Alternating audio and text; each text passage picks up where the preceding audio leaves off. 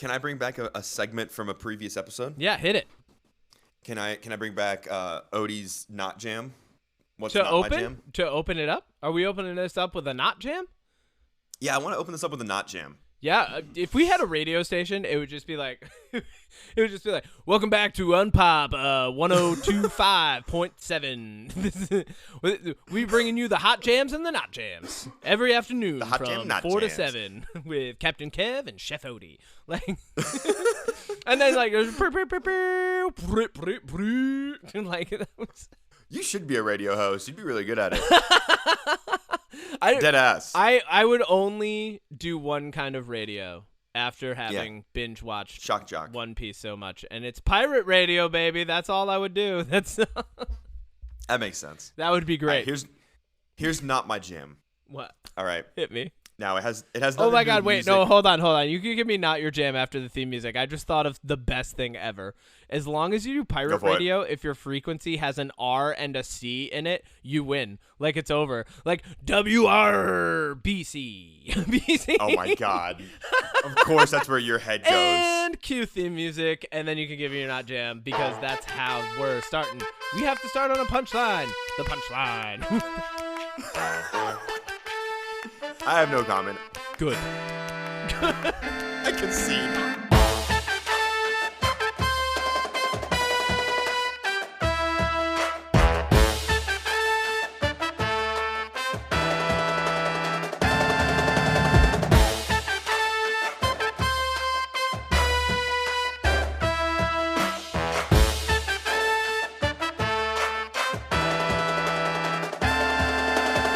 All right, are you ready to slap my face? Yeah, I have to do now. I have to do the same thing. All right, ready? 3, 2, 1. Perfect. Love it. This is gonna be an ongoing thing now. We just slap our faces because we're holding mics now. Season 1, we've upgraded to face slaps to start the I mean, it wakes you up, right? You're just drawing blood to the face. Yeah. That's what I want. That's why I did it a second time. Of course. Anyway. Welcome back to the Unpop podcast, where we're both working out physical face trauma live for you and keeping a sound recording with a clap track. I'm your host, Captain Kevin, on WRBC. Jesus Christ. Him, with me as always, is hysterically. Oh my God, it's too early for this. The chef, Odie Matthews, they, them.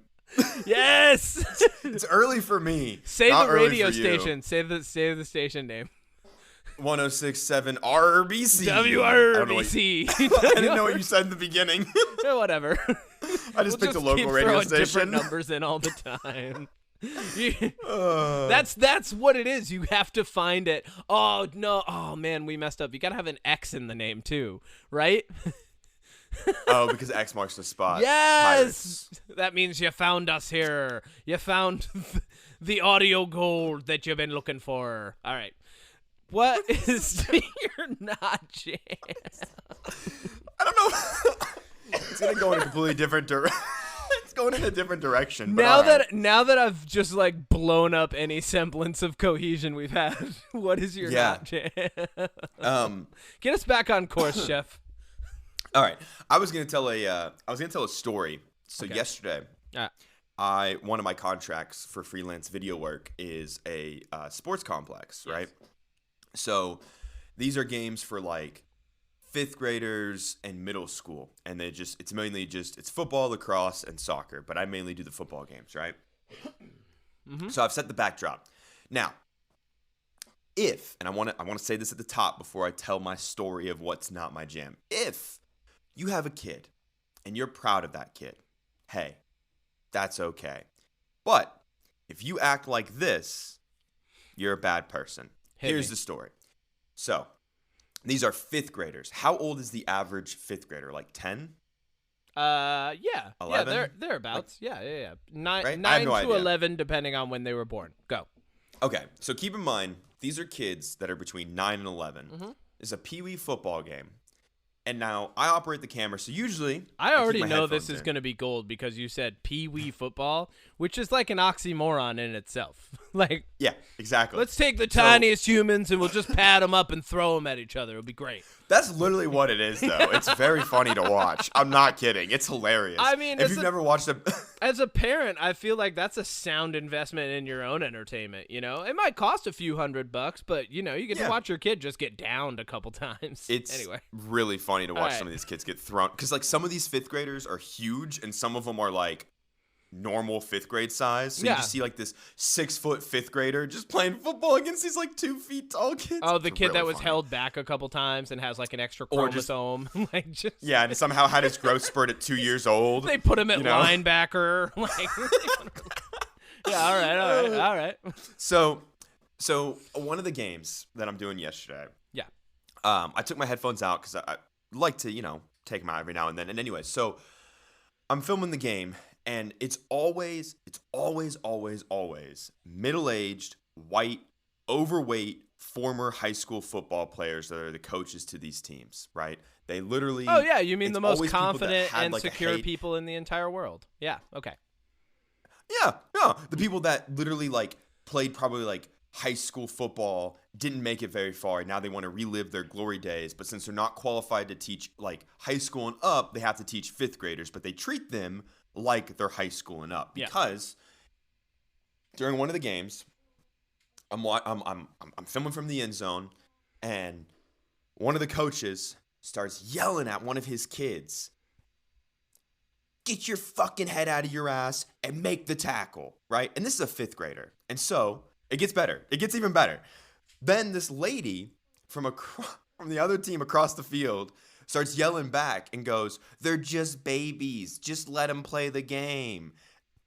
And then, maybe 2 plays later, the guy standing next to that lady on the other side of the field starts yelling, "Come on, defense, hurt these kids. You can hurt them, hurt these kids." Wow. And then, it gets even better. Because then I'm not joking. This all takes place within like a couple plays of each other because the same team is still on defense. Like maybe a play or two later, one of the kids gets hurt, and I just hear a parent yell, "Get your fucking ass up. You're not hurt. Be a man." And all I gotta say is to encompass this story.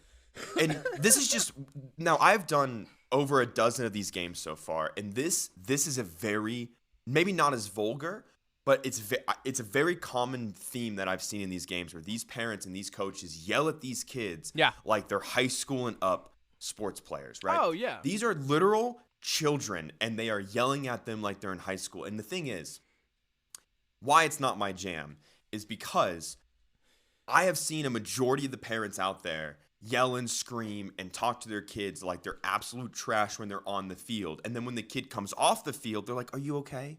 Are you okay?" It's like, you can't do that. Yeah. You just can't. Not at that age. Like, I'm all about wanting your team to win. I'm all about being competitive. It's sports. Even if you're at 5th grade, like, you want to win. But if you want to win to the point where one of the coaches literally was like throwing his clipboard down because his kids weren't making the plays right. Oh my God. If you're that invested to where you can't see past the fact that it's a 10-year-old child, he's 10, and you decide to take it to a whole new level and be an absolute shitbird of a person. Yeah. I'm saying this right now. Dwayne "The Rock" Johnson, you're off the hook because I found a new thing to hate this season. Oh, for sure. It's sports parents. Well, we never hated Dwayne anyway. You're right. But sports parents, I'm coming for you this season. As I do this gig until the end of November, I will probably be bringing some stories because it dumbfounds me to see the way that these parents and these coaches treat these literal children. It's so upsetting. Oh, dude. Well, the thing that like cracks me up the most is when you said "be a man," because like that kid hasn't even had like a testicle drop yet.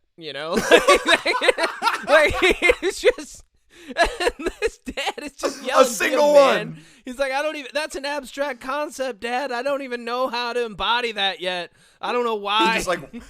He just walked down the field and was like, "Women should be in the kitchen, and I'm tough, and 4 trucks." Yeah. Okay. Am I a man, Dad? So, anyways. I'll share. I started playing football and wrestling when I was in 7th grade, when I first started wrestling as like a little kid, I remember my dad was like, you can do Cub Scouts or you can do wrestling. And I was like, I guess I'll figure out which one I like between the two of them. I ended up not liking either of them at that time. It just didn't work for me, like, yeah. And then I came back to it because as a little kid, like I just had like, especially, younger and then into preteen, I had like a ton of energy, go figure. And I just had to get it out somehow. And like, a lot of it ended up coming out in frustration because I'd be sitting in class and we'd just be repeating the same thing because that's what it is up until you get to high school. You're just repeating and repeating and repeating and sometimes learning something new, but then you repeat and repeat and repeat. And it was super frustrating.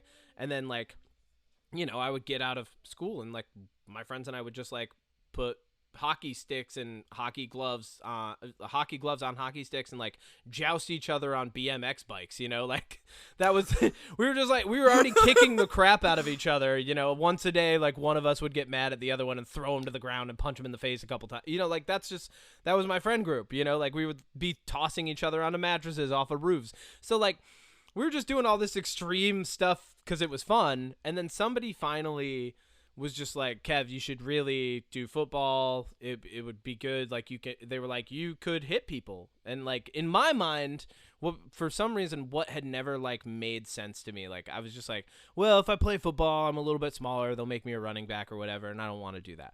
And then somebody was like, Kev, you could go hit some people. And I was like, okay, well, yeah, I'll try out for football. Yeah. So, and in my school, like if you try out for football in 7th or 8th grade, chances are you make the team. And the team's just huge. And then I went to my first football practice, and I remember like the kids who had been playing Peewee and stuff like that, they had already been yelled at a lot. So like I got hit pretty hard a couple times, and I was like, I remember like day 3, I was questioning like, do I even like this? And then one of my coaches grabbed me and pulled me to the side and was like, stop second guessing, just hit the guy in front of you. And I was like, okay, like that's fine. Like, that makes sense to me because, I'm not playing with my glasses on. So they put me on the line and like, I've got a guy in front of me. I just got to hit the guy in front of me. And I remember going out on that play and like everything changed. And I played football the rest of my high school career, right? Except for 1 year I did wrestling year round. But like, I just ended up, I remember flat backing a kid and just going, oh, this is what I'm supposed to be doing because that felt good. And and not only that, it's within the rules. And that's the thing that I've always liked. Like I'm not a hyper aggressive person. Like I'm not the type of person who's like angry and walking around like, you better look out for me and look out when I get angry. Like I'm not that guy. But if you give me a rule, like if you give me a set of rules and something relatively competitive and you go, and you're allowed to physically just throw that person aside, I will go, that's in the rules? And they go, yes. And I go, perfect. Like that's amazing. So yeah, but I will say like, my like we were it's funny because like I think parents always kind of like they have to parent. And all of them parent differently, and some are good and some are bad. Some of them are just yelling at their kids. I guarantee you that's the same parent that's like always like, you're a man, you gotta be tough, and like that kid's gonna grow up and not know how to handle emotions, which which we're learning now is a different form of toughness. That's psychological toughness. That's the ability to slow down and process something, right? So that's a different kind of toughness. But my dad, Chloe had her first high school soccer game yesterday, right? No. She scored 7 goals. No freaking joke.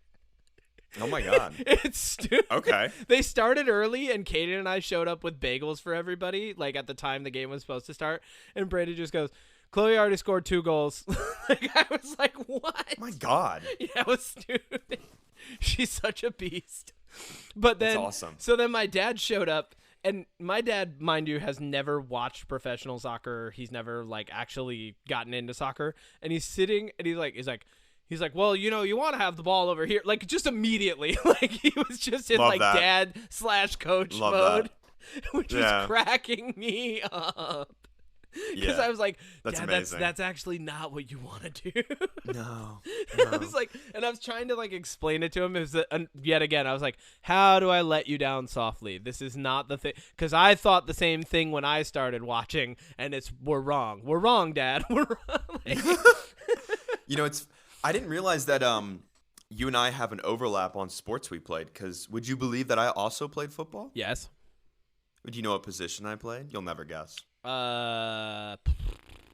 Corner. Important position. The most important position. Center. Besides quarterback. Special teams. I kicked the extra points. Special teams, baby. I was the kicker for 1 year, and I was like, I'm going back to soccer. This is stupid. Dude, when I played... Dude, I had to sit at practice in Florida in high school. I just want to say, I had to sit in practice in Florida in high school in the summer, in the heat, as a kicker. And I would literally just sit there and be like, all right, coach, when are we doing the field goals? And he'd be like, towards the end of practice. And I'd be like, okay, what do me and this other kicker do until then? He'd be like, I don't know, just kick. So I would just spend like 2 hours in full pads just kicking, just sitting there kicking. Great. And I was like, this is so boring. Oh, yeah, for sure. Soccer was my main sport, and cross country and swim. I wish I had gotten into soccer, or proper football, as I like to call it now, in high school. Because I would have really... I really would have enjoyed that. I'm glad I played football. I'm glad I did wrestling. I'm glad I still do combat sports like judo. But the more I watch and like I was kicking around the ball on the sideline with Chloe and Mason's cousin Tanner. And like we were just doing little trick kicks and like, passes and juggling and stuff. And I was like, man, I wish I would have gotten into this sport in high school. Like it's so much fun. And not only that, like it's a full contact sport, but you're really not supposed to like hit people too hard, but you can put pressure on them, So like, it's just, it's really good. Can I tell you a story about soccer for me when I was in high school? Yeah, hit me. So I was, my senior year, I was varsity defensive captain because I played soccer like my entire life. Yeah. And I was known to have a little bit of a mouth. Yeah. Specifically towards the referees. Oh, I would yell at them bad. a lot. That's bad news. And so at the end of the season, we would do like an award thing. And since this was our last year, like the coaches kind of went all out for the seniors. And that season, I believe it was like either 16 or 18 yellow cards, over which half were from the refs because I was yelling at them, calling them fucking stupid. Yeah. And I was in high school. Oh man. So at the end of the year during the award ceremony, they were like, this is a very special award. And they were like, this is for you. And it was a piece of paper that was framed. And it was called the You Need to Learn to Shut Your Mouth Award. Uh-huh. And I had that up until like probably 5 years ago. I was very proud of that. I got ejected from 2 games for yelling at refs. Like but I'll tell you what. You were that guy. I loved beating people up on defense. I played center D. Ah, man. So much fun. Anyways. That brings us into the topic that we're going to talk about today. Now? Is that what we're doing? Yeah, we should do a sports episode. We're going to talk about after all the sports movies. Sports movies and like TV shows and stuff. Oh, absolutely. Man, yeah. It'd be great. Absolutely. Friday Night Live. No. I would love to do a sports episode and just break down like the American we could do Death to Race. Sports culture. No, we are not doing because NASCAR is a sport. NASCAR's not a sport. Oh, we could do scuba diving, which is a sport. Which we could do the Meg. That's not a one sport. We could do. That's not a sport. How is it not a sport? It's not a sport. It's not even a game. What are we actually talking about today, then? Well, something related to scuba diving, so I'm sure I'll hear about the Meg. We are talking about anime adaptations a la One Piece, which is sweeping people's consciousnesses by storm. Yes. It's, dude, and here's... I honestly, like, I remember seeing the first like trailer for it and being like, I think this is going to be good and I should probably like watch the anime so that like I actually kind of know what's going on when it comes out, instead of like just watching the live action and then seeing if I want to get into the anime, which sometimes like that can fail you, I was like, oh, I'll watch the anime first. And I gotta say it's definitely in my top 3 now. Like the anime. I'm almost actually I'm 200 episodes in. Over 200 episodes in, and it's my fave. It's just so good. It's like really? It's not favorite ever maybe. Like I actually I had a good conversation with Nono, who's doing our Destiny art. She and I were talking about just like different anime that we love and like really digging into like I remembered a bunch of deep cuts like anime that I hadn't thought about in a long time that I loved a ton when I was watching. But there's so much, going back to one thing that like we touch on a lot, like there's just so much content. There's so much stuff that's coming out all the time. We're constantly producing stories that we're telling each other and telling ourselves, and like there's so much going on that like it's very easy to forget. Like Speedgrapher was an amazingly weird anime and like highly suspenseful and kind of dark and like really esoteric, and then like Monster was 80, I think it's like 83 or 87 episodes of pure genius. Like it's really good and grounded. And then there's like Steins Gate and K and like all of the like even some of like the slice of life animes that I've seen that I like forgot about. There's some really good slice of life animes. Ones. But having gotten to episode 200 of One Piece and really not losing steam. Like I honestly, once it hit like episode, I want to say like around the 60s, and it's not like I didn't like it up till that point. It's not like I was like, oh, I can't wait for this thing to take off. I was like, oh, these are fun characters. I'm enjoying this. And then somewhere around like the 60s, which is where they start to get into the 60s is like I think around Arlong Park area, which is in the live action, so that's not too much into it, but right around there I was like, wow, this show's actually just like not only is it maintaining its like fun, adventurous, free atmosphere that I've really enjoyed about it, because there are like slice of life components, but it then will like switch gears back into a shonen and then switch gears back into like a storytelling type adventure anime and then like switch again, like it's just really good. And yeah, no, it's just it's awesome. So let's talk about where some have gone right, where some have gone wrong. And then I want to talk about One Piece at the end because I've only spoiler alert, I've only watched one episode so far. This week we were gonna watch more, but then in-laws were supposed to come. In-laws didn't come, and we were like, So I want to say so we'll touch on One Piece I've only watched at the end. I've only watched one episode. Yes. I'm sure you came with examples of failed and succeeded adaptations. Yeah? I mean, I know there's not very many, which is nice. So let's talk about some failed. Hit me. Let's talk about the failed ones first. Hit me. I think the two most famous ones that I want to talk about in lieu of One Piece being on Netflix are the two other Netflix takes that they've tried. One being the most garbage human pile of shit, worst type of adaptation. What were you thinking? Everybody involved, you do not deserve to work in Hollywood. Give me your job. That is the 2017 Death Note. Thank you. I was hoping you would say that because I was thinking you were going to say that, and then I was like, oh shit, what if they say Cowboy Bebop? Like I was like, no, so here's why Death Note specifically makes me like, there's not a lot of adaptations of source material that like I'm a big fan of that I'm like, oh, like you adapted that and it's like it's not that great, whatever. But Death Note was the first anime that I ever watched. It was the anime that got me into anime, right? Like Goose, when we first started dating, was like, oh, like you should watch anime, and I was like, no, anime is for nerds. And they were like, you should watch Death Note, and I was like, you said what?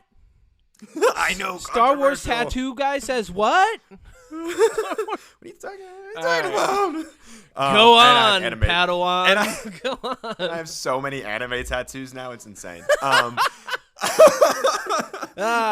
You're just eating crow and then flaunting it. All right. So we watched Death Note, and I remember. Spoiler alert: if you haven't seen the ultra famous, almost 20-year-old anime Death Note, but you get to like 3/4 of the way in, and L beats Light, right? Like, or Light beats L, yeah, right? Like he kills him, and then it picks up a little bit later on with like L's apprentice or Light's apprentice and everything, and then like there's like maybe 12 more episodes or something, right? Like I don't remember exactly. It gets but, to like 36 or 37, yeah. Yeah, it's a really, for one, I still think about that anime I still think about how Light and L, like how that fight went. Like I still think about it all the time because it's so good. And then they take one of the, is it Alex? It's either Alex or Nat Wolff from the Naked Brothers band back on Nickelodeon or Disney Channel from like the mid 2000s. I never watched it. It was before, it was too, I was too old for it. He's also been in the Boston Marathon bombing movie with Mark Wahlberg, Patriots Day, I think it's called. He plays one of the terrorists. He's not a good actor. He overacts. He's not good. I don't like him. Yep. And then you have him, and it's like, oh, okay, don't like that. But then you're like, oh, but Green Goblin is in this. You know, what's Willem his name? Dafoe.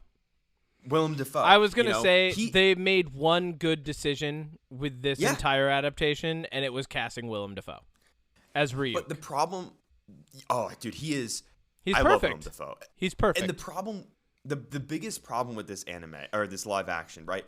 And I don't necessarily have a problem. Is that there was already a live action and it still wasn't as good as the anime? Is that what was wrong with it? We're gonna get into some more of those. Okay.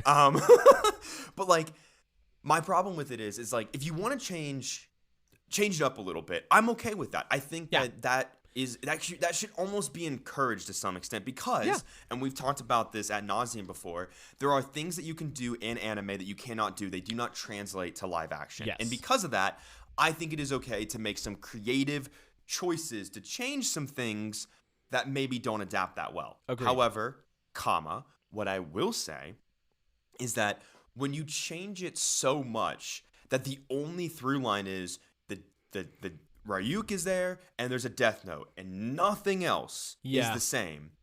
It doesn't make any sense because like what made the anime so compelling is when it starts out, this is my opinion. Yeah. When it starts out and Light gets the Death Note and he starts killing criminals. Yes. At first you're like, yeah, dude, fucking kill those criminals. Yeah. Because he's killing people on like death row and stuff and like murderers and you're like, yeah, that's good.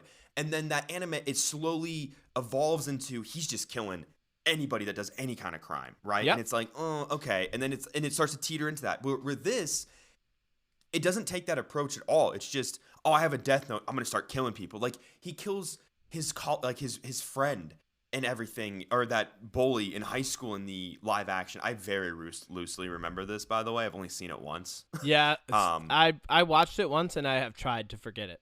So I'm trying to, but like I just remember like the finale of this is like they're on a Ferris wheel on the pier, and like the Death Note falls into like somehow they changed that was the main thing. It was bad. They changed the rules. They changed the rules of the Death Note where you can rip a page out and then burn it later, and it like doesn't matter, and like maybe the girl is dead, but like the relationship with the girl isn't the same, and it's just like you had for one. Out of all the anime adaptations to pick, you picked one that would easily translate to live action because there's no fight scenes, there's no mythical elements, there's no big explosions. It's literally a guy in a suit and then just killing people in a Death Note. You know what I mean? One small correction: there is an awesome fight scene between Light and L when they are handcuffed together in a hotel room. Right. Midway through the first season that I remember being like, this is amazing. Yeah. They're actually fighting. It was really cool. You can translate that fight scene better than like Goku fighting Frieza crashing through planets. Yes, you know what I mean? I really enjoyed that one fight scene though. It was really good. That is a good one. Yeah. And I just feel like you could have literally just been like, all right, let's just make this a show. We'll do the same number of seasons. Like, I don't know. Do you know my favorite moment from the entire anime and where I was really bummed that they didn't like, 1, make it a series, 2, really get into it and properly cast it, and 3, just, completely failed it in general. But like one of my favorite scenes is when Light and L are in college together and they play tennis. That is one of my favorite moments. That's because a great one. It's so peak anime because every single frame is like It's like them like thinking about the other one, and it's like if I win against him, then it proves that I'm competitive, but also might prove that I'm a killer. And like I was like, and part of you is like, one, how does that make sense? But two, I believe it because you're both ridiculous. Like that is okay. This is the final point because I don't want to talk about Death Note too much. Yeah. Quite literally, that summarizes all of it. Yeah. The thing about the anime that makes it so compelling is both of the main characters, both Light and L, are extremely methodical. Yes. They're tacticians. Yes. They're very smart. And in this one, Light is just a screaming, bumbling idiot. Yes. And L is not interesting. Or they were like, oh, L eats a lot of candy in the anime? Yeah. All right, we'll just have him sit weird and eat and candy weird in every frame. It's like, that's not, you missed the reason why. Like, he even explains why he sits the way he does and why he eats candy. You're not going to even bother to justify that? Okay, cool. The anime is like, what if chaotic, evil Batman, or lawful evil Batman versus like chaotic good Batman? And then the live action is just, what if screaming Matt Damon Batman versus Ben Affleck Batman? What if 100%. I don't know why that's like the analogy that I crafted, but that's what I actually. Okay, so we can move on from Death Note, but Death Note, it's a different one. There's. No, could you imagine? And then I can't hear you. Within 60 seconds, they can't hear. All right, so the one thing that really changed Death Note when I went back to rewatch it, first off, what a banger for an opening song. like 100%. That's the other thing is like, if you're gonna do an anime adaptation, you have to have banger music. Like there are qualifications. Like if you're adapting it, you can't go you can't go full anime, but you can't go full live action. You gotta find the middle ground. You gotta have banger music. Like that's one thing that we've come to expect as an audience, right?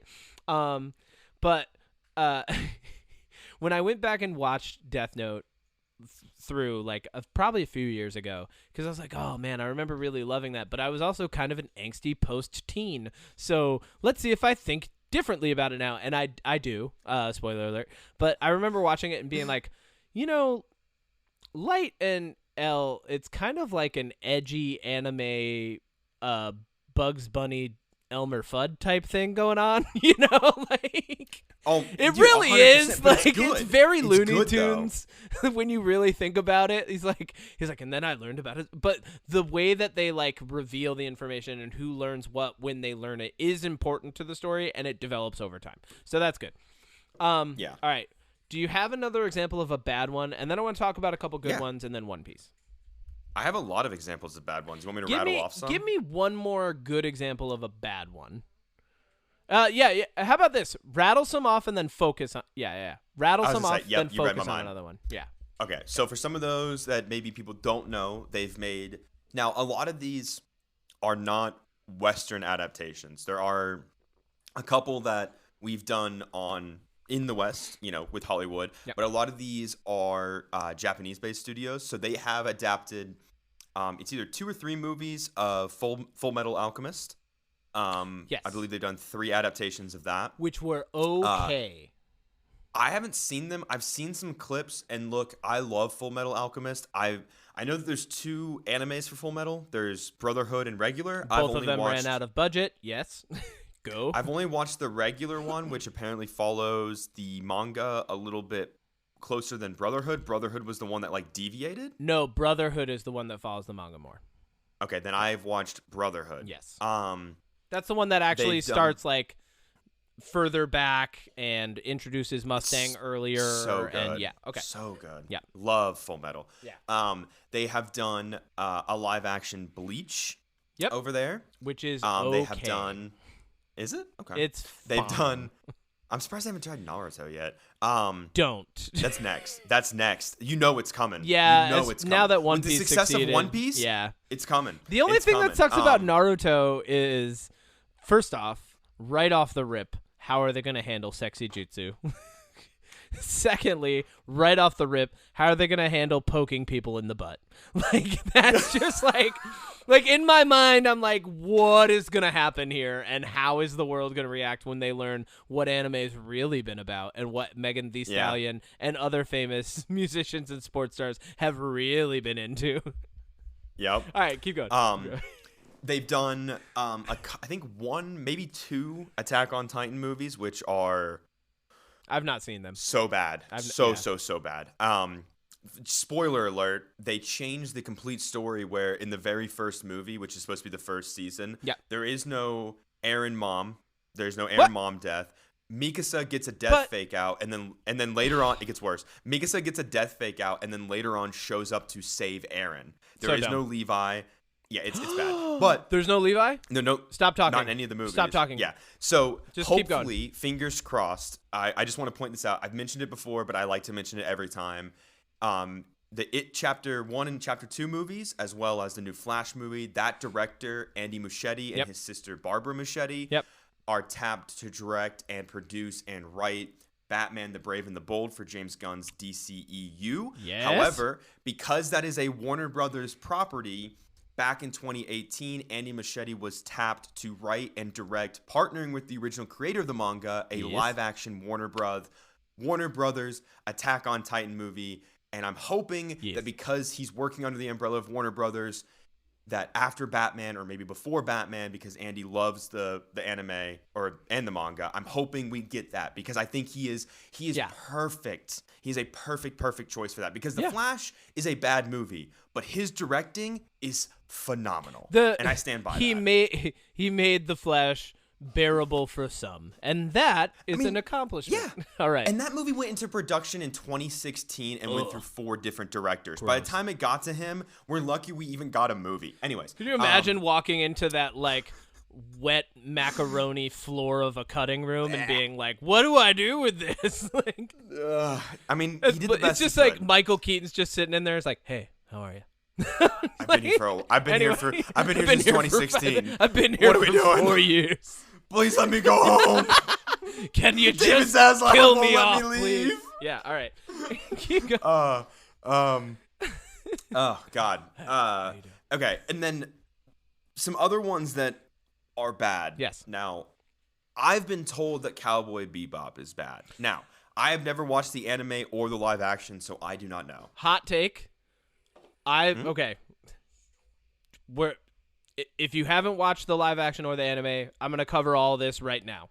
First off, the anime is sacred. It is absolutely phenomenal, and I understand why people who like the anime didn't like the live action. And I understand why people who didn't like the live action aren't watching the anime.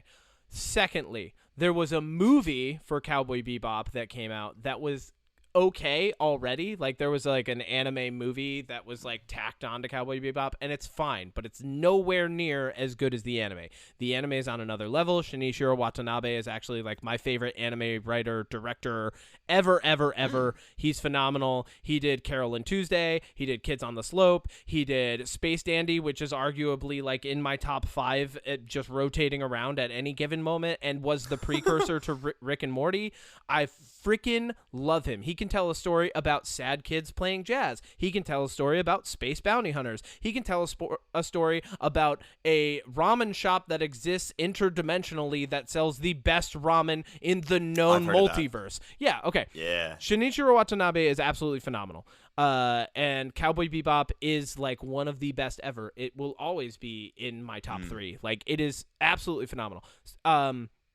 The live action, and this is a hot take, the live action did some really bad changes, but when you look at overall execution of the story and the way that things were presented and how they handled adapting such an outlandish space escapade into a live action show, it is actually the precursor in my mind to how good One Piece now is, but also was fine. It's fine. I watched it. It was pretty good. There were moments that I really loved. There were moments that I didn't like. There were moments where I was like, that's too far off. There were moments where I was like, okay, this is like what I wanted out of it. And the casting on it was phenomenal. They crushed the casting on it.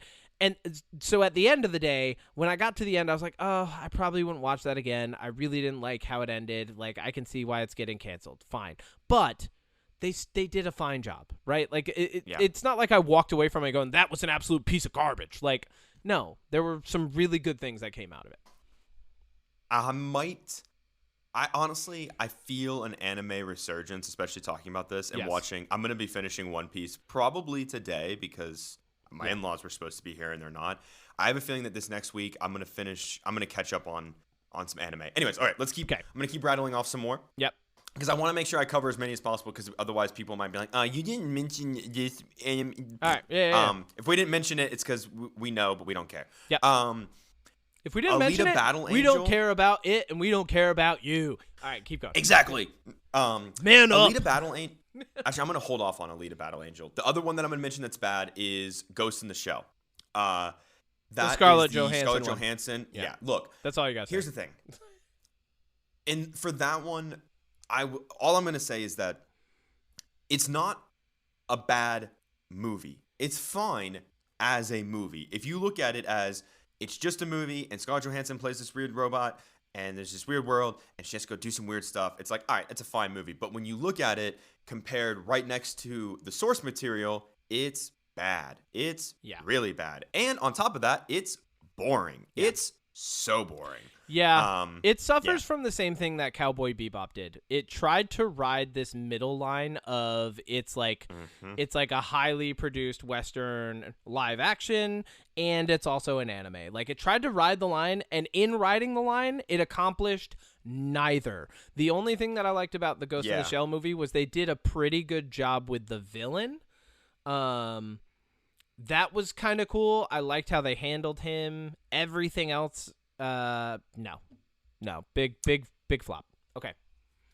Yeah. Keep going. And then, so another one that I know people might have seen. Yeah. I know that we talked about maybe watching it. So Zom 100 released an anime and a live action side by side. Yes. Apparently the live action's pretty boring. Yes. But I wouldn't be able to know. Cool idea. Second off, bad idea, because the anime is so colorful and amazing and fun, and like the pacing. Here's another thing, like, and Emma Sullivan, I think that's her name. She worked on One Piece. I watched a clip of her talking about how they knew that they couldn't make the faces that the characters make on One Piece or do some of the actions that the characters do on One Piece, but they could try to encapsulate that in a way that's identifiable to us as people since we're watching a live action. And Zom 100 is attempting to keep pace with, well, they're attempting to release at the same time as this anime that's very, very like fast paced. Like, the character is constantly just making bad decisions that escalate every episode exponentially, whereas the live action isn't like delivering on that same pacing, and that's very hard to do with the anime. Like, if the One Piece live action followed the pacing of the One Piece anime, it probably would have flopped. Oh yeah. 100%. Okay. So, if we were going to talk about a bad one, what's a bad one that comes to mind that I haven't mentioned? What am I missing? So there's one, and you haven't mentioned it, and this is the last bad one that I want to talk about, because it is let's see if it's the same as mine. Penultimate example of a bad anime adaptation, and it is Dragon Ball Z. Wow. Okay. Yeah. So I was gonna say The Last Airbender. No, but that's the last not as much an anime. Let's push that aside. That was I'm with that's you. an anime style Western cartoon. Let's talk about Dragon Ball Z. Yes, Dragon Ball Z. And this was at the time where I would say I was coming off of being the most into Dragon Ball Z I had ever been in, right? Like, I was like, I had watched GT, I had watched all of it, right? Like, I had watched all of it, and I loved all of it. Like, now I know that, like, I don't like GT that much. I like when they went back to Z, you know. But in watching Dragon Ball Z, And then like growing up on that, even like my brother and I made friends with there's a boy named Robin, and his parents owned the Chinese restaurant down the hill from us growing up, and we made friends with him. And Robin would show us, like, Robin would get like bootleg Dragon Ball Z DVDs that we could watch at his house. It was amazing. So I got to watch like the Brawly movie before it was out in the United States, you know, but it's because it's because like, you know, Robin and his also funny story about Robin. His parents had a bunch of pigeons outside of their house, and then one day we went there and there were no pigeons outside of his house, and he said they all died. And I never thought about it as a kid, but I think about it a lot as an adult, because we used to go and eat chicken noodle soup in his family's restaurant a lot. Anyway. Oh, God. Oh, no. Hang on. You can't just breeze past that like you didn't just imply that you were eating pigeon noodle soup instead of chicken. Kevin, you cannot be like... we were. Like, you can't be like, my friend had a lot of pigeons and I ate a lot of chicken soup, and then one day there was no more pigeons. I did not investigate further as a child, but I think about it as a lot. I think about it a lot. I think it's as safe an adult. to say you've eaten pigeon. It's safe to say. I think it's safe to say, yeah. Confirmed. So, anyway. So anyway, Dragon Ball Z, the movie, came out, and I was pretty hype on it. I was like, okay, it looks a little weird, but whatever. Like, this is pretty cool. Piccolo seems to be the bad guy. It seems like it's going to be fun. Yeah. And I watched every minute of that film, I swear to God, waiting for the moment that it got cool. I saw it in theaters, and it was super disappointing. Yeah. You know?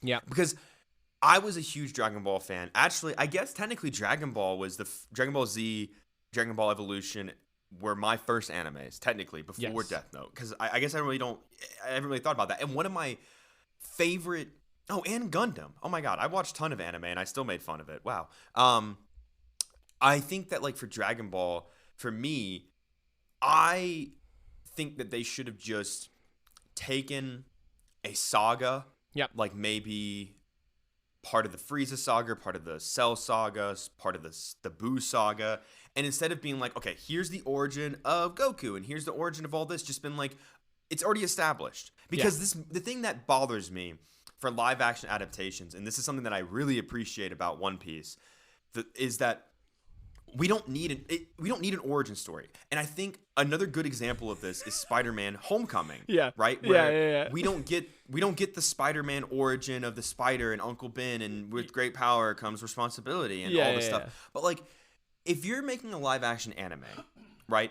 That movie is going to be for the fans of the anime, as well as you're going to try to cast your net to bring in some new people, right? But I feel like you could just been like, here's Goku, maybe a little narration, and been like, here's the world, here's what's going on, Goku's already established, everyone's already established, here's a threat, and all you need to know is that these are the good guys, and here's what they're capable of, and there's these things that can grant a wish, and here's the bad guys, here's what they're capable of, and they're after the same thing. And then just make a movie off of one of the sagas. Yeah. You don't need this weird backstory and all this, like, this weird high school scenes, and it's just... Yeah. Here's what I would say. Yeah. They tried to do too much with it, and they committed every cardinal sin that you could possibly commit while making an adaptation. 1, they dropped all the banger music that people were used to. 2, they attempted to have moments where the pacing matched the anime, and then the other ones, which makes it like it's what I like to call like video whiplash. Like it's film whiplash. You're like, wait, what? Oh, hold on. Now we're back to the normal pace. And then it dropped everything that would have made it good in the interest of writing a wholly brand new plot that had nothing to do with the actual Dragon Ball Z universe. Like, there's no... Yep. Oh, they could have... And here's the one credit that I'll give to it. This is before we had ever gotten a good live-action adaptation of any anime. Like, we had still not even had a single good one yet. So it's fine. It can just be buried in the recesses of time where we were experimenting and trying to see if it could work. This also, but then what I'd want to add to that, this also probably put the kibosh on a lot of, what might have been better developed anime adaptation ideas at the time, which explains why we're just getting the first good one now, right? Because it bombed. it bombed bad. Anybody who was a fan of Dragon Ball Z was like, absolutely not. I'm not touching it. Yeah. No. And then since then, we've gotten like people have been like kind of dipping their toes in it. I think this year is the first year that like the Western market has actually been like, okay, here's a good one, you know? Yeah. Well, partnering with the creators from where it originated is really helping. Like I said, like Annie Machete is supposed to be working with the creator of Attack on Titan. You know what I mean? Like One Piece is a good example of that. So like the fact that those studios are being like, oh, like your audience loves anime, like let's work together to bring it, you know what I mean? Like to bring it to life in a different way. Like that helps a lot. Yeah. The first, I will say, oh yeah, go ahead. No, you go. Well, I was going to say on Dragon Ball, the one thing that like will forever be ingrained in my mind with that movie is the fact that like you spend the first like little bit of it being where Goku's like, my grandpa's dead. I really miss my grandpa. And then like he's with this crazy lunatic Master Roshi who like is not the anime version at all in my opinion. And then at the end, after knowing Master Roshi for like a couple of days, he dies and he's like, I'm going to use the Dragon Balls to bring back this mean man that was my mentor for a couple of days instead of my grandpa who I love. Yep. Yep. 100%. I want a Big Mac. I got to McDonald's. I'm going to get a salad. What the fuck? What are you doing? Also, like, the big thing I was looking forward to, because, like, going into it being someone who grew up watching Dragon Ball Z on Toonami, I was like, all right, cool. They're definitely going to introduce Vegeta and Nappa, and they're going to be badass, right? And they didn't. And that was probably the biggest letdown for me. I'm like, the Prince of All Saiyans is not here? Excuse me? Yeah, Vegeta was Why definitely is the Prince of All Saiyans not here? Like, yeah, like, and we all know Vegeta is everybody's favorite angry dad. So, like, we need him, you know? Like, he's an essential part of storytelling in that universe. Yeah, so that's probably the worst. Like, and it, I mean, yeah.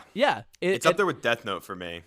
It's like, definitely. It might be Dragon Ball, then Death Note, then all the Attack on Titan movies that I watched for some reason. I have not watched any of those. Don't. I would say, worst is definitely Dragon Ball Z.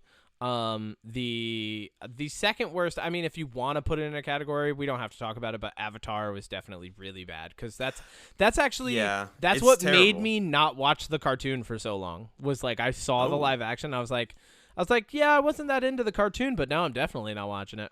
Like the cartoon is really good. I don't know if that's considered an anime as much as it is like a Western cartoon in the style of an anime. Mm-hmm. But I do know that the thing that really, really bothered me about that movie is, for one, that cartoon hit me at the right time. Like it came out at the perfect age for me. But then to hear in an interview M. Night Shyamalan Ding Dong be like, oh, yeah, I did this because my kids love Avatar The Last Airbender. Yeah. If I was your kid, I would have been like, Dad, I fucking hate you. You ruined something amazing. Dad, you failed. Oh, the firebenders can't bend fire unless there's fire nearby. So dumb. That is not a thing. Why? And in his reasoning, I'll never forget this. In an interview, he was like, well, I changed that because I didn't think it would make sense for people if they could just shoot fire out of their hands. Really? In a universe where people can control rock, air, and water, you didn't think it would make sense if they could just shoot fire? So dumb. You can suspend your disbelief a little bit there, Shyamalan Ding Dong. Like, come on. So dumb. You made a movie about where water is the weakness to aliens that invade a planet that's 70% water, and you do think that people controlling fire is ridiculous? Yeah, no. Anyways. All right, let's touch on a couple good ones, and then we'll wrap up with we'll chat about One Piece for a little bit. But I'm not even gonna go past the first episode when we talk about it, okay? Because I want you to thoroughly enjoy it. Yeah, okay. So in terms of good adaptations, there's only 2 that come to mind. Okay, and one of them's One Piece. Hit me with the other one. Oh, well, okay, then 3 because... Okay, hit me with the 2 that you think are good adaptations. Okay, the first one might be an unpopular opinion, but I genuinely think that the Alita Battle Angel adaptation is good. I agree. Go on. Okay. I couldn't tell you anything about the anime or the manga because I never read it. I just think that movie is good, and from what I've heard from people that have... they say it's a pretty good adaptation. It's pretty solid, and honestly, they really leaned into what it would mean to make that world alive. Like what would bring that crazy world to life. And it really, like, when that movie starts, it doesn't slow down, which is good. Well, Yeah. except for like a couple scenes that are necessary for like there's kind of like this weird love plot, but like that's fine. Yeah. I'm fine with it. Yeah, no, Alita Battle Angel was good. All the action was really good. I really enjoyed that. Yeah, so I'm with you on that. There's not much to talk about when it comes to that though, because it's a very simple plot. Like if you're into action with a little bit of romance, like yeah, that's it. Great cast. We got it. It's got the villain from the first Deadpool. Yes. What's the guy that's from Inglourious Bastards and Django? Oh my God. Christoph Waltz. Christoph Waltz. Yep. Yeah. Who's great amazing. cast. Yeah.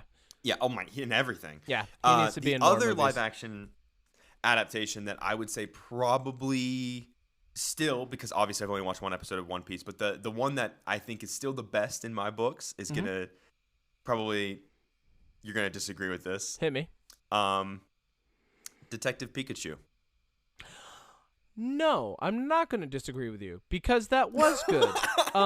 It counts. It counts. No, first off, Justice Smith Amazing. is amazing and was in another Dungeons and adaptation. Dragons? Justice Smith. I have loved Justice Smith since The Get Down, and The Get He's Down. amazing. Have you seen The Get Down?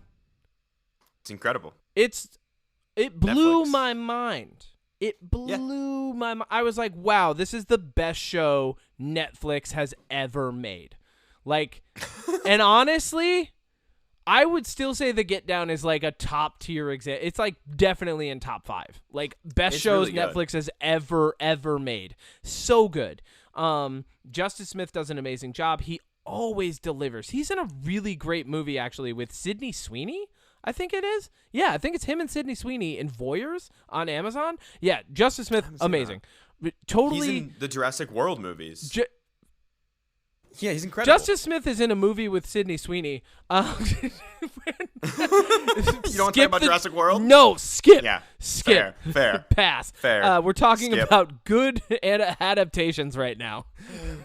Anyway, Detective Pikachu though is fantastic, and Ryan phenomenal. Reynolds, Yeah. great choice for Pikachu. The best choice. Yes. I'm super glad Detective Pikachu was not just another Pokemon movie. Yeah. It's probably It's got some good jokes too. It's probably the only Pokemon movie that I really, really like enjoy as an adult. Because Pokemon, I don't want to say like I aged out of it, because there are a lot of people who still enjoy Pokemon. I'm watching One Piece, obviously. I still watch like cartoon shows. Like I watch silly stuff, but something about me, like I got to a point where like it became harder and harder to just like suspend my disbelief about the Pokemon world and just kind of be like, all right, so like there's some like the Pokemon world, there's a lot of double standards, right? It's like we're really nice to the Pokemon, but we're going to keep them in Pokeballs forever. But we're really nice to them, but they have to battle each other until they knock each other out. When you think about it too like, hard. Yeah. When you start to really think about it, you're like, oh. Yeah, so I try not to, first off, because I did for a while. I was like, this just doesn't, it doesn't match up for me. And, like, I think at some point, like, the characters got a little bit stale, like, because I grew up with, like, Ash, Brock, Misty, Same. The only characters that never got stale for me, even though they're very linear, are Team Rocket and Meowth. Love Team Rocket. Meowth is my favorite Pokemon, so, like, whatever, but watching that movie and seeing a different take on it and seeing all of the Pokemon interact differently and like just I love like Psyduck just being absolutely off the chain. Mr. Mime, all of it is so good. Good bits. Yeah, good really, bits. that was a really good adaptation. I would say second best adaptation in my books, and you probably have not seen this one, but I highly recommend watching either the anime or the live action adaptation because both are good. Is Erased. Erased is so freaking good. And it's dark, and it's everything that most Americans love, because everybody loves murder podcasts, and it's about a murder. That's true. And a guy's got to go back in time and solve it, but he's got to solve it as Kid Him. And it's like, oh, it's so good. And the stakes are high, and people are dying. And yeah, Erased is just like, I love Erased. Erased is phenomenal. And they did a good job with the adaptation. Where is the adaptation? I'm looking up. I'm trying to look it up. I see the TV miniseries from 2016. That's it. Is it the 2017? Oh yeah, here it is. It's on Netflix. Yes, it's on Netflix. Oh shit. Super good, and they actually did a good job with it. They were like, big recommend on Erased. But that would be number 2 for me. One Piece is number 1. Let's get into One Piece because I have to go to another soccer game soon. Yeah, lucky you. It's great. It's Mason's first modified game, and he's gonna crush it because he's also a beast. So, yeah, he's awesome. One Piece, is bad. I did not like it.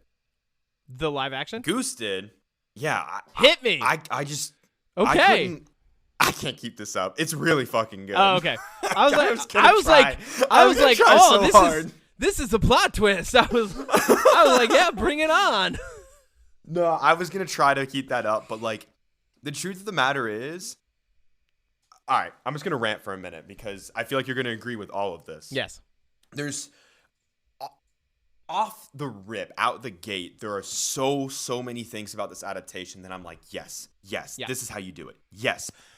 For one, like we've talked about, there's certain things you cannot adapt from like the animation style to live action. But like what you were saying, I think that you can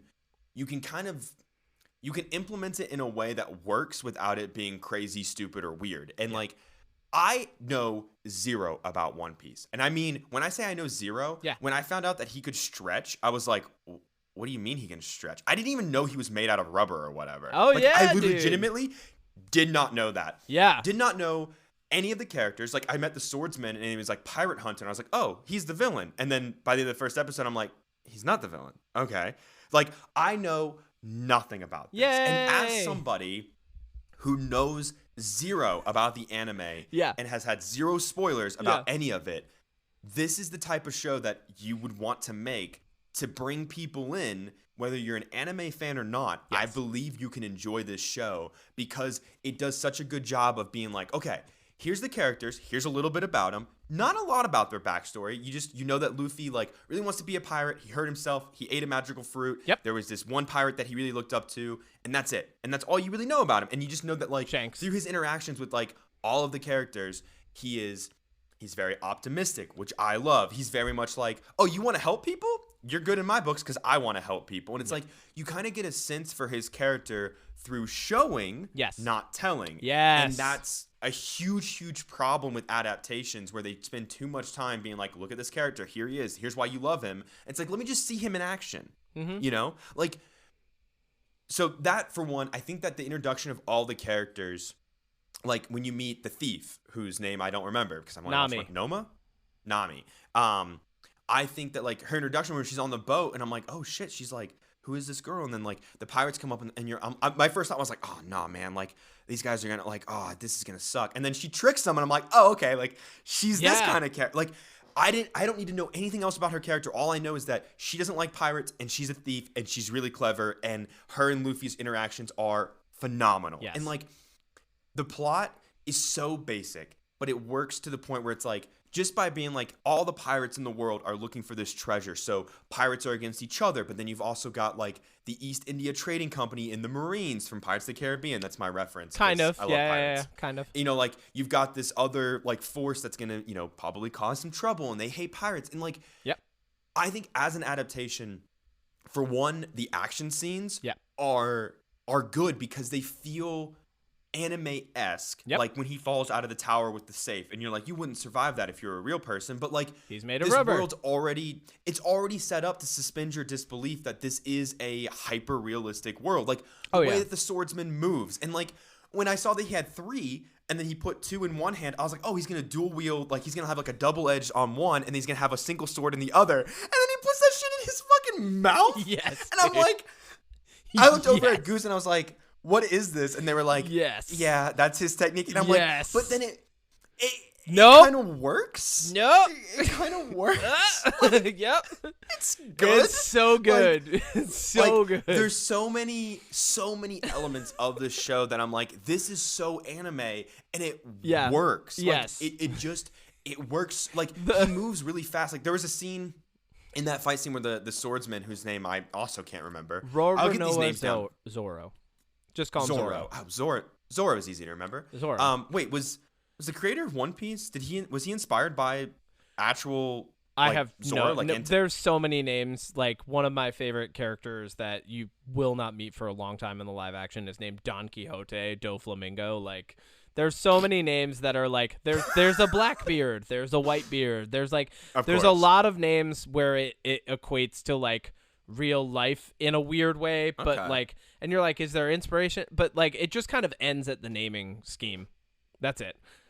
So. Well, it's just interesting because Zoro is like a swordsman and like really skilled. Yes. And Zoro is a swordsman. Anyways. Yes. But there's a scene where like they're fighting all the Marines, and like it's when he first joins the fight, and like he moves really quick when he's slicing, but it doesn't look it looks like he's just like kind of gliding. Yeah. But like he's moving fast like you would in an anime. And I just like it's little details like that, as somebody who's a massive fan of anime, specifically really love animes that have swords like Demon Slayer and like Jujutsu Kaisen and a lot of others. Yep. But I think that this One Piece show, and I'm only one episode in, but the thing is like I'm only one episode in, but like it cannot get, like, the benchmark is set. Like, no matter what these episodes are, knowing what I know, that there's not a lot of filler and that they really move the plot along, and like they don't really waste a lot of time on things that are unnecessary. Like, no, this is really good. And the thing that I think makes it really, really perfect for me is two things. One, the surprise narration from Ian fucking McShane in the beginning. Oh, yeah. Holy shit. So good. Loved that. I heard him and I was like, is that fucking Ian McShane? Yep. It is Ian McShane. Ushering in an age of piracy. Yeah. Dude, if you don't know the name Ian McShane, John Wick, he is the leader or the owner of the Continental, or the manager of the Continental. Yep. He plays Blackbeard in Pirates of the Caribbean 4. But yeah, I think that the kid that plays Luffy, right now, I've seen some interviews with him, and he got to meet the creator of One Piece, and Oda. I know nothing, again, about the anime or how Luffy is, but I can tell that this kid is fucking nailing it. Oh yeah, is nailing it. No, I can just tell. Yeah, I can tell. The thing that took me a while to realize, like, because like I said, I got to like episode 60-ish and was like, okay, I love this show now. And that was mainly after the introduction of my favorite character, who you haven't even met yet. But as I was watching the show, I was like, there's something about it that I just enjoy, and so it's fine. Like, it's fine that it's not blowing me away, but it's cool and fun. Because the show at this point, like, to start watching the anime at episode 1, you're basically watching something from 1998, right? Yeah. So you're watching something from before the 2000s even, and it's very old animation, and some of it's very, like, it's like, it would be like if you went back and watched the original Pokemon, you know? Like, it's that kind of animation. Which I tried. Yeah, it's that kind of animation, and sometimes it feels a little bit jerky and slow, but, like, that was, like, cutting edge back then, you know? Like, so it is kind of, it's so... There was like a little bit of nostalgia for that, but mainly the thing that drew me in, that I didn't realize drew me in until I got to like later episodes, is Luffy is all about being a good person and freedom. And that's it. Yeah, and like for a show about pirates, like anytime somebody does a pirate thing, it's like, we're pirates and it's gritty and we're against the law and the law is our enemy, but and this is just the opposite, and he even says it, and this isn't like a spoiler. Like, he says, I'm a different kind of pirate. And it's like, cool, that's all you needed to say. That's it. That's all you needed to say. Well, I was going to say, that's one of the lines that really, like, I really enjoyed, was when the people that are around him being like, I hate pirates, and he's like, you haven't hung out with me yet. Yeah. Fair point. Yeah. Can't argue with that really logic. Good. And, like, and I really like, there were some things that were like scenes that were kind of added in, and there were some scenes that were taken away, but ultimately what they did was like going back to like where I was saying like how to adapt anime, like the things that you need to consider. One, you need banger music. This show has banger music, but it is banger live action music, right? It's very like triumphant. It's very, almost harkens back to Pirates of the Caribbean. But it's its own thing because it's a little bit lighthearted and adventurous. And then you need to have good pacing. And it can't be anime pacing, but it can't be slower live action pacing. And one thing that I wanted to make sure to mention was a director friend of mine actually said that they didn't like the pacing of the action scenes, and I heartily disagree with that. I disagree as well. I really like that they've slowed down the action in a world where like Same. action scenes are like Optimus Prime and a blurry Decepticon beheading things, and like every action scene we've seen has like some sort of blur, and the camera angle's always shifting, and it makes it seem faster than it is, and it almost makes everybody like this weird unidentifiable like superhero. Marvel films, everything's like blurry angles and camera shakes, and then in this show there's like you said, there's a little bit of gliding. There's like they'll actually watch somebody do something in relative real time. It feels a little bit faster than real time, but like not so much that it's unbelievable. And I really appreciate that. I really enjoy that. You know what the action reminds me of? Yeah. The action reminds me of more modern, down-to-earth action films. It reminds me of John Wick, Nobody, Extraction, where like obviously, I'm not saying that John Wick is realistic action. I mean, in John Wick 4, he literally tumbles downstairs for like 10 minutes. But like what I mean by that is great. When he shoots people, when he's in fist-to-fist combat, it's not like Fast and Furious movies where it's just like plowing through a dozen guys. Yeah. Like you can tell like he's getting hit. He gets slowed as the fight continues. He's out of breath. Like it feels like a natural fight. And what I like about One Piece is they've taken that and they've just like moved the mark just a little bit. Yes. Just a little bit to make it a little bit more fast. But like, you're right. It's not Captain Marvel flying through a dozen ships and shooting beams out. And then, in the background, there's a million other people fighting. Like, that's exhausting. There is a movie that I love that watching One Piece reminded me of, and it brought a smile to my face. And that movie, I don't know if you've ever seen it, is Kung Fu Hustle. Have you ever seen Kung Fu Hustle? Yes. It's amazing, and it's so cartoony and weird and fun. And One Piece made me think of that movie. I was like, oh my God, this is great. Like, Kung Fu Hustle is such a good movie, and I highly recommend anybody who wants to see like a good kind of silly action film, watch Kung Fu Hustle. But ultimately, 100%. Going back to like what One Piece is doing right, like music, pacing, characters, they're like cartoony, but they're not, right? Like you can still identify with a lot of what they're doing, and it's because they talk normally. So they're not like just, and I think that's something, One Piece was a little bit easier to do these characters and do them well because their language, I mean, the only one that you'll meet inevitably who I think is nowhere near as cartoony as he is, and it's, thank God, is Usopp. There's a character named Usopp that you meet, and in the cartoon, I almost can't stand him. You know how, like, I love Zenitsu? He's like Zenitsu, right? So he's like everything's like at a 10 or 11, and this Usopp is not always at 10 or 11. Thank God. I that was a good choice. And that's another thing that they're doing right, is they're taking the things that are too much anime, and this is what Emma Sullivan was talking about. They're taking the things that are like, they would be too hard to translate, and they're saying, okay, how do we do this in a more relatable way for us, right? So that's definitely what I would that's probably what I would say is the best. I just 100% recommend anybody watch it. Yeah, like I said, I'm plowing through the anime too, like, which is just, the anime is like, I can tell it's building. I don't know. I'm making sure I don't spoil things, but I can tell it's building up to a point where it's going to go like full shonen, and I can't wait. Like, I honestly can't wait for the show to go full shonen. Like, remember watching Hunter x Hunter? Did you watch Hunter x Hunter, right?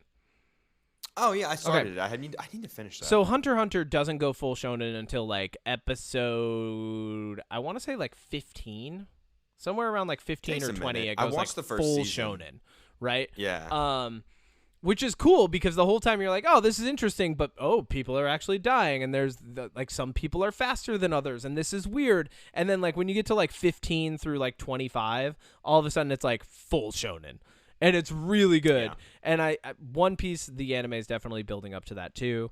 And that'll be an interesting line. I think there will be some interesting lines to cross for the live action as well when they get into do like that realm where like some of the more ridiculous things start happening, but they've already shown that like they can do them with some poise, they can do them with some grace, they can actually do them in a way where like you don't feel taken out of the experience, you know? Yeah. Yeah.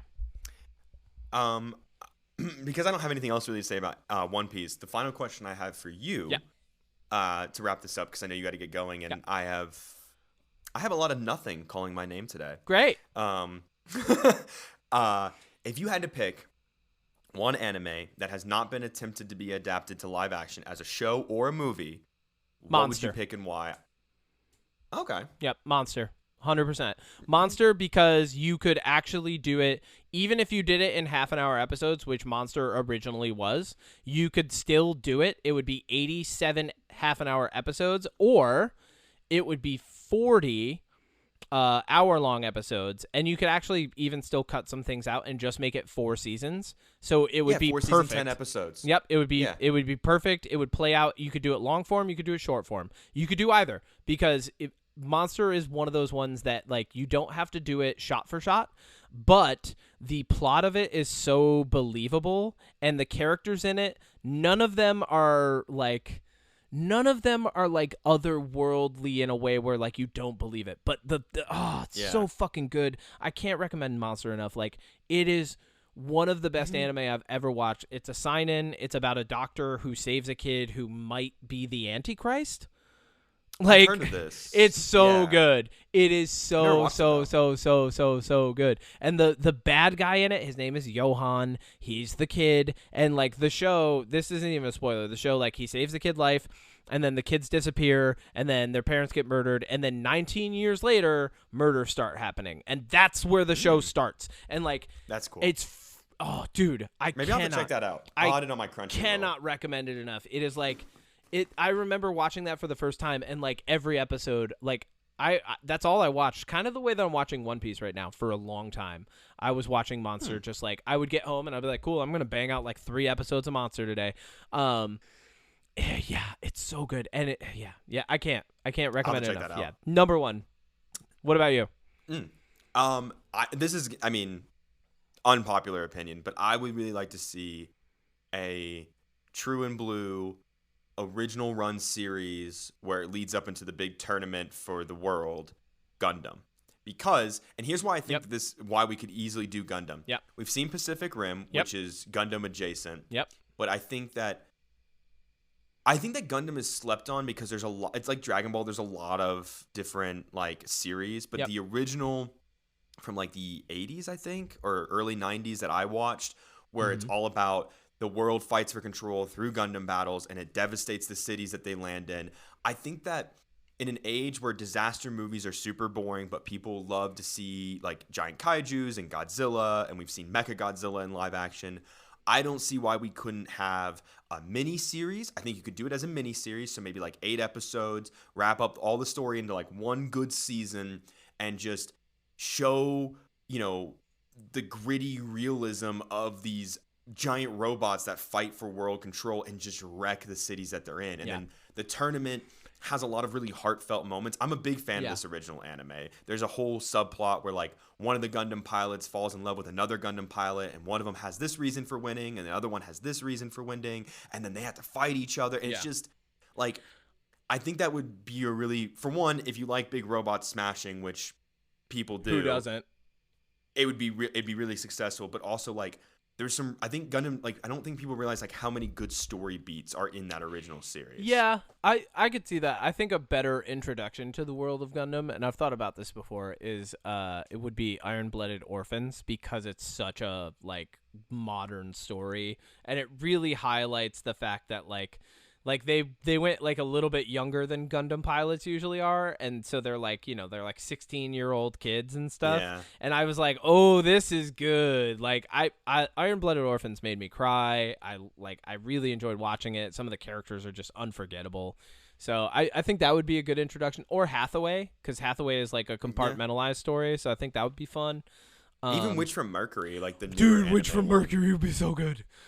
It's so good. I just think that a Gundam live action in general, and like we've had a lot of Gundam content, and like I know people are like, well, we had Pacific Rim, and like, there's a really good like full on 3D animated Gundam's show or movie and stuff. But Yes. like, I don't know. I think it'd be really good. And Yeah, I think okay. So that's what I would love to see live action adapted from anime. But I've actually thought about this, and I say this a lot to you. I think a lot of times there are live action movies that would almost be better adapted and fleshed out as anime shows or movies. Agreed. And my number one nomination for that is the classic sci-fi space opera Fifth Element. Like that as an anime would be like I would be in heaven if they did that as an anime, because I know that they could do it well. Like the first 2 episodes could just be like in the past and then introducing Corbin Dallas,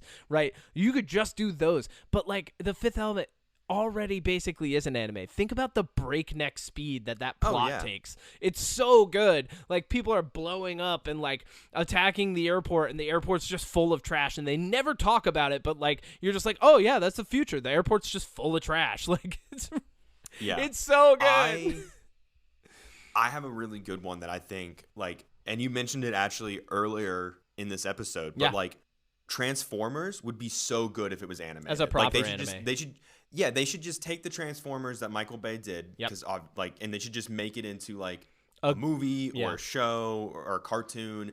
Kids would eat that up. The merchandising, the toys, like it'd be so much better.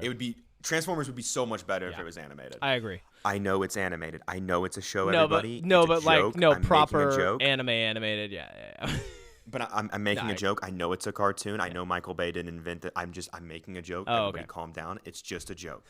No, I won't calm down, Odie. How dare you? How dare you disregard the giant toy advertisement that was Transformers, the cartoon Avatar: series. The Last Airbender. That would be a good cartoon as well. That would be a good cartoon. You're right. Yeah, You're right. What's your jam? All right, jams this week. I'm going to keep it very simple. I'm going to see Sleep Token in 2 days. So Sleep Token's back on the jam list. Let me know. There's actually there's a band that popped up on my radar this week that's reminiscent of Sleep Token. I was like, oh, this is a genre now. So I would say that they're called Stoneside, and they have an album called God of the Mountain. I really enjoyed listening to that this week. Yeah, they're like Sleep Token adjacent. I've got some editing to do today. Let me Stoneside. One word. Stoneside. Yep. One word. God of the Mountain. God of the Mountain. Yep. Okay, only 1.26 subscribers on YouTube Music. Yeah, little recommendation on that. They're pretty good. All right, I'm gonna check them out. But they flew my way this week. My other jam, obviously, like I'm watching One Piece. That's what I was crushing this week. That's my jam. And Ahsoka, because I like that it's coming out 1 episode a week, so I am caught up. Here's what I would like to do, if it's okay with you. I know I already did a Star Wars episode. Yeah. But when Ahsoka wraps up, I would like to talk about all of the things that you should have known about Ahsoka from Clone Wars and Rebels and leading into Ahsoka, because let's do a Rosario Dawson Stan episode. All right, cool. That's about it for jams this week, my dude. I don't have a lot either. I caught up on Ahsoka, watched all 4 episodes. Hooray. And all I can say is it's amazing. All I can say is, no spoilers here, but the end of episode 4 brought me to tears. Yay! Because it's all I've ever wanted. Yay. It's all I've been waiting for.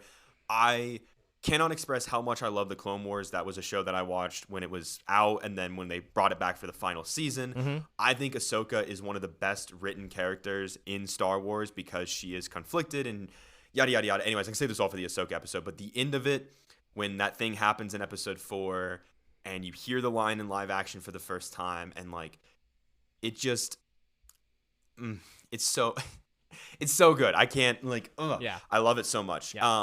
Other than catching up on Ahsoka, I started catching up on Demon Slayer. I haven't seen the Swordsmith Village arc, so I started watching that. That's good. I enjoyed it. And I like Demon Slayer. Yeah, me too. Yeah, that's about it. Music-wise, I haven't really dived into anything new. And then I'm going to be watching One Piece and probably a bunch of anime this week. So. All right. That's it, Jujutsu Kaisen. I'll be watching Jujutsu Kaisen because it's coming. Nice. It's back now until January, the Shibuya arc. I will be doing a lot of rehearsals and workouts and watching kids play sports this week. Fun. I did that this weekend too, apparently. Perfect. That'll be a full episode is kids playing sports this season. That'll be perfect. Yeah, we'll just talk about kids. Oh my god, and we could pretend that we're announcers for ESPN. It'll be great. I hate watching kids play sports now. But we're gonna be announcers for ESPN. All right, Odie, I'll catch you later. Have a great week. Adios. Peace and love. Caden, you want to say goodbye? Bye. He says bye. Bye. The cutest ending.